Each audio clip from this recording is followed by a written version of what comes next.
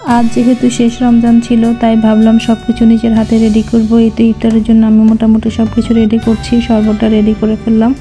এরপর আসর নামাজের আগ দিয়ে মোটামুটি কাটাকুটি শেষ করে ভাজার জন্য সব রেডি করে রাখলাম। আসর নামাজের পর আমি আস্তে আস্তে সবকিছু ভাজা শুরু করলাম।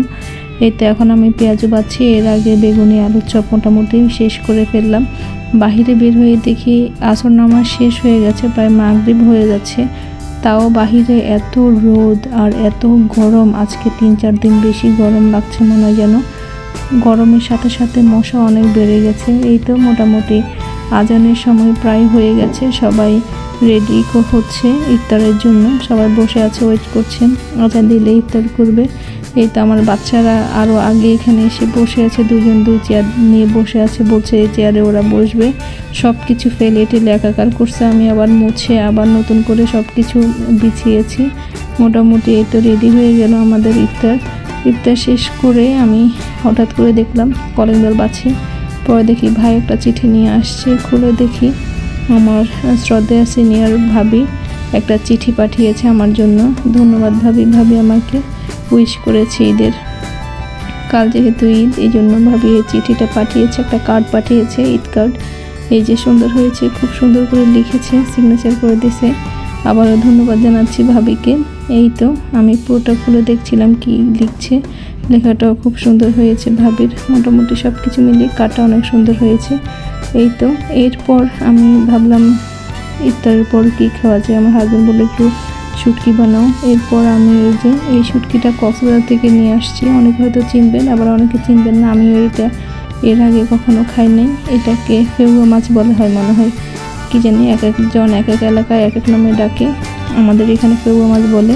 তো এটার উপরে কিন্তু পুঁটি মাছের মতো উপরে আঁশ থাকে, ওই আঁশটা খুলে আমি ভালোভাবে গরম পানি দিয়ে ধুয়ে নিয়েছি। এখন এই যে হালকা তেল দিয়ে এটাকে ভাজবো।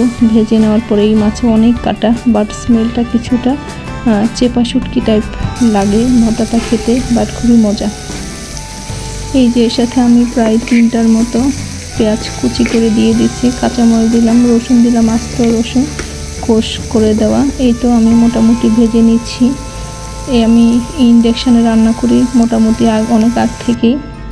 এই যে কড়াইটা ইন্ডাকশানের তুলনায় ছোট অনেক, যার কারণে কাঁপাকাঁপি করছিল। এই তো আমি ভিডিও করার জন্য এক হাত দিয়ে এটা পাটায় বাটা শুরু করলাম।